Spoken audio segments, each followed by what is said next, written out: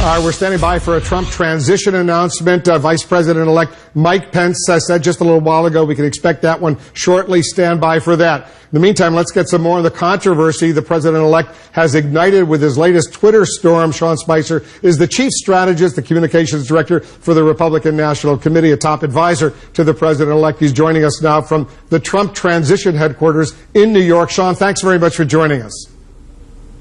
Thank you, Wolf. Good evening. All right, so let's talk about the president-elect. He clearly has not given up his Twitter account since being elected. He tweeted this earlier today. It's generated a lot of commotion. Quote, "Nobody should be allowed to burn the American flag. If they do, there must be consequences, perhaps loss of citizenship or a year in jail," exclamation point. As you know, the U.S. Supreme Court ruled back in 1989 that flag burning is protected speech, as ugly as it might be, under the First Amendment. Here's what the conservative late Justice Antonin Scalia told CNN about this in 2012. If I were king, I would not allow people to go about burning the American flag. However, we have a First Amendment which says that the right of free speech shall not be abridged, and it is addressed in particular to speech critical of the government. So here's the question, Sean. Does the president-elect know that it's unconstitutional, what he tweeted this morning, to suggest this? Sure, of course he did. But I think that the vast majority of Americans agree with him that burning the flag should be outlawed. And that 5-4 decision that the justice was speaking of was something that clearly 4 justices also believe should be illegal. Look, this is something that's bipartisan. In 2005, Hillary Clinton introduced the Flag Protection Act that had a 1-year imprisonment or $100,000 fine for burning the flag. So this is something that the vast majority of Americans believe in. I think that Donald Trump continues to really be at the forefront of what the American people are thinking. And that's why he won the election, and that's why people continue to grow and support him, because he's willing to take on issues like that, speak his voice, and really understand where the American people want this country to go. So you think that as president, he'll be president on January 20th, he will take steps to revoke someone of their citizenship or send them to jail for a year if they burn the flag? Well, I think clearly he stated his position on Twitter. He's going to look into it, and we'll figure out the legislative strategy going forward. But it's good to know that we have bipartisan support by people like Hillary Clinton, who, as I mentioned, introduced the Flag Protection Act that had a fine, had up to a year in prison for that act. And I think the majority of Americans will probably agree with them, and most members of the House and the Senate. But as you know, that there are times when we can override, we could have a constitutional amendment. There are ways to address this in other ways where the legal teams can look at ways to craft something. So I think he's going to have a lot to do, but he's going to continue to pursue issues that he thinks the American people really care about. She did introduce, Hillary Clinton, as a senator, that kind of legislation back in 2005, but you didn't say someone who burns a flag should have their citizenship revoked. That's a pretty serious step.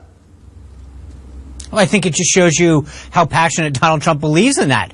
And again, I think if you asked most Americans, they probably would agree with him. And it's something that, look, I know sometimes it confounds people, but Donald Trump really has his pulse on where the American people are, and he wants to fight for issues that they care about. And I know it confounds some people sometimes because it's not politically correct sometimes the way he takes to Twitter. But that's what makes him unique, different, and the voice of the American people right now. That he's not business as usual. He's going to change things up. He's going to bring people in. You saw that again today. More and more announcements, more people meeting with him that are committed to that vision of change in Washington. No more excuses, getting things done. Do you know why he tweeted that this morning? Because he believes in it. I know, but why all of a sudden is he raising this issue of sending someone to jail or revoking citizenship if they burn the American flag? Why now? Why has he decided to go forward with this initiative right now? Because he cares about it. I mean, I don't think he's on some scripted timetable. When he believes that he wants to inform the American people, he's got, between Twitter, Facebook, and other social media accounts, over 30 million folks. He has a direct microphone to the American people to talk to them about what he cares about, to make sure they understand that he knows what the issues are that he wants to fight for and the vision that he has for this country. So when he believes in something, when he cares about something, he wants to share that. And he's figuring out how to do that. And so he's not necessarily ruling out a constitutional amendment. Is that what I'm hearing from you, Sean? I don't think he's ruling anything out. I think what he wants to do is come up with a strategy to implement that. But again, I think that what makes this unique is his ability to speak straight to the American people, tell them what he thinks, look at the feedback that he gets, and I think that makes him unbelievably unique. There's nobody else that can do this. He is the only one that anyone has ever seen in their modern lifetime with this ability to connect directly with the American people, to share with them his thoughts and his vision on a very, very intimate way.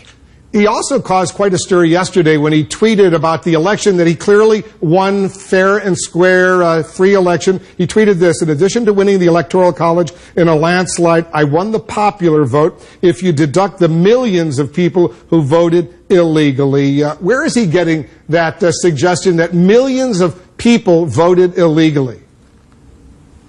Let's just dial this back for a second and recognize that last night, the Michigan Secretary of State certified that Michigan was clearly in Donald Trump's column. That brings his electoral victory to 306 electoral votes. There is nobody that it came forward that thought that's where he was going to end up, except for him, on Election Day. So I think if we actually stop and realize the magnitude of his Electoral College win, the number of counties that flipped from Obama to Trump, the breadth and depth of the win that he had, it is pretty amazing. He did have it. Let me agree with you. I'll agree with you, Sean. He had an impressive Electoral College win, even though the popular vote shows that Hillary Clinton has won more than 2 million or 2.5 million more votes. But he is going to be the president of the United States. But why is he suggesting that there were millions of people who voted illegally? Well, because I think there's been a lot of studies that show that a vast majority of individuals there have been studies that have shown there have been irregularities, but not millions of voters, not millions. Sure, if you look at the percentage, if you look at the percentage, there's a Washington Post story not too long ago that showed the number up to be as high as 14%. If you extrapolate that out, it's clearly millions. Well, are you saying he won the popular vote? Is that what you're saying? No, I'm saying that the way that the electoral process is set up, it was focused on electoral votes getting to 270. He far exceeded that. He won more counties than any Republican has won in decades. And I think, but when people are now on the left starting to talk about electoral college irregularities and asking people to be unfaithful, he wants to point out that, wait a second, I played the game according to the rules that were there. If you guys want to talk about, popular vote, well, then we should have looked at the integrity of a lot of these systems where there's clearly been people who wouldn't vote have been voting, and the studies prove that if you extrapolate those percentages out, that's what it comes to. So his focus is to make sure that people don't, on the left and the folks in the media, start talking about the popular vote, that it's within the context of what really is going on here, and that there were millions of people that were ineligible to vote that probably voted. You believe that as well? You say that there are millions of people who voted in this most recent presidential election who voted illegally? Is that what I hear Sean Spicer saying as well? No.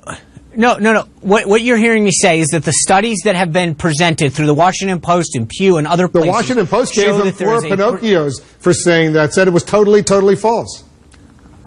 No, I think it's interesting that the Washington Post gave Pinocchios to someone citing a Washington Post study that they wrote about. So, maybe they'll give themselves 4 Pinocchios. Well, listen to the criticism from supporters, longtime supporters of his that he's getting. From Newt Gingrich, the former speaker, he said this: the President of the United States can't randomly tweet without having somebody check it out. It makes you wonder about whatever else he's doing. It undermines much more than a single tweet. Mitch McConnell, listen to what the Republican leader, the majority leader in the Senate said. Listen to this, when he was asked to react to Trump's suggestion that there were millions of people voting illegally.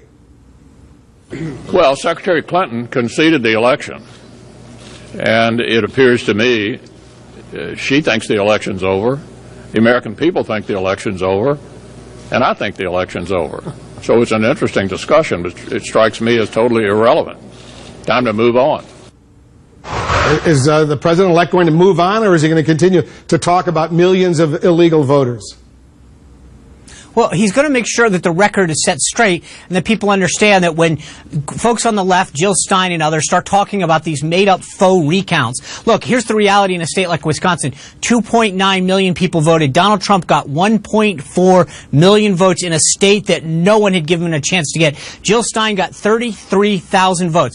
So I know I'm not strong in math, but at the end of the day, unless she can find 1.37 million missing votes, there's no way that she could ever do this. It's a pure political political stunt. And when he sees people in the media taking it seriously and talking about this valiant recount effort that we all know is a stunt to raise money for the Green Party, he wants to make sure that people understand that if you're going to have a discussion about this, let's have it in complete context and talk about our voter registration system, whether or not there's integrity at certain places, how many people are voting illegally, some of the things that we can do to make sure that there's higher degrees of integrity in the voting system.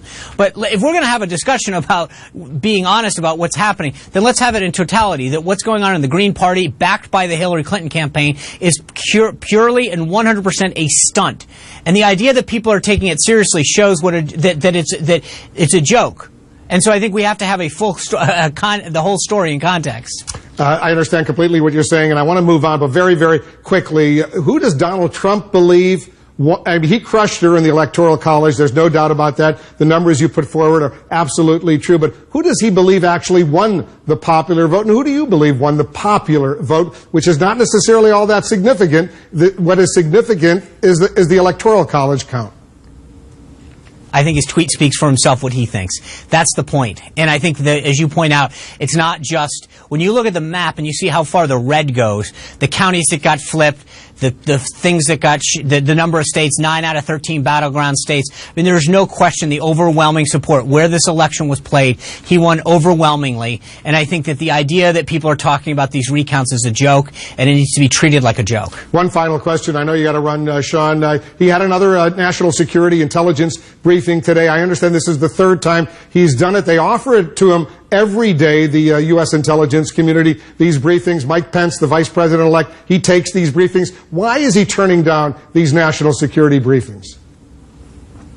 He's not turning them down. He gets briefed regularly. He's got a team around him, General Flynn and others, who are continually briefing him. He's got a landing team at NSA and the National Security Council, as well as throughout the rest of the government, the Department of Defense, the Department of Justice, the Department of State, that is constantly providing feedback to him. So he is 100% briefed. His staff is briefed. He gets regular updates from them as well. So, I mean, he is, and again, if you look at the number of people and where he is in this transition, he has now met with close to 70 individuals to fill high-ranking positions in a Trump-Pence administration, which is far ahead of where anyone expected him to be. The quality and caliber of the people that are going to be ready on day one to bring change to Washington is something that people have never seen before. And the way that he is going to deliver on the vision that he articulated during this campaign is going to be something to witness to, and it's going to be a piece of history. Sean Spicer, the Chief Strategist, Communications Director for the Republican National Committee, a senior advisor to the President-elect of the United States, and maybe we'll see what happens after January 20th as well. I'm not going to press you on that one. Sean, thanks so much for joining us.